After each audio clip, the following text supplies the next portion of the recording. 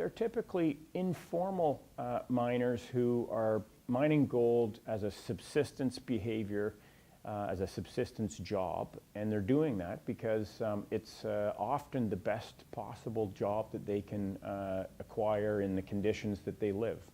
So who are they is a big question because there's so many of them in so many countries.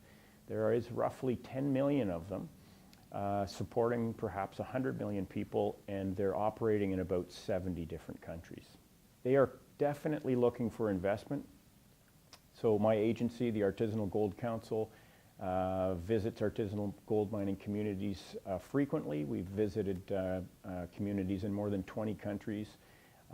And I would say in every case, the communities and the miners are very eager to acquire investment to help them improve their practices and grow their businesses.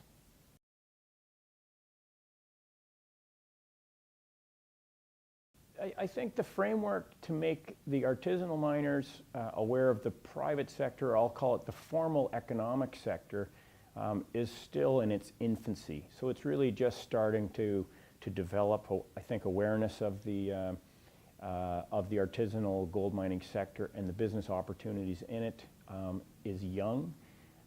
It doesn't come up as frequently as it should. I think you'll see that change quickly, though. So I'll say that the framework does exist, and it's starting to solidify, but there's plenty of work to do to spread the word that there are great business opportunities in the artisanal gold mining sector.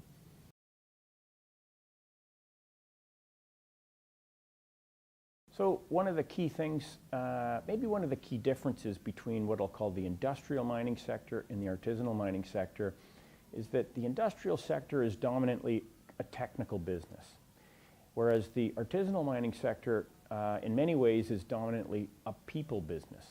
So forming relationships with artisanal miners is a key element to doing business with the artisanal mining sector. How can you form relationships effectively with the artisanal mining sector is through mechanisms that lead to the establishment of trust. So again, my agency, the Artisanal Gold Council, that's kind of burned into our DNA to go into a community. I think it's very clear to the community why we're there. We're there to help. And so it's quite easy for us to develop trustful relationships rapidly with communities and have discussions about business opportunities and understand their needs. So without trying to over-promote, I think, the agency that I work for, I think we are a model, though, on how business can go about forming relationships with the artisanal mining sector.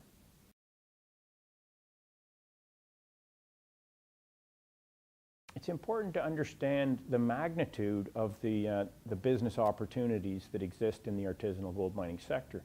So they're producing 20 or 25% of annual gold production. That's somewhere between 400 and 500 tons of gold, billions and billions of dollars. It's an excellent mechanism for transferring wealth from rich to poor. They're open to do business. That's very clear, I think. And really, we're at a tipping point in time now where I think governments and the private sector need to look hard at helping this sector. It's been with us for about 40 years. It's not going to go away. And so the best path forward is to help it become a more responsible sector and just become part of the formal gold mining sector.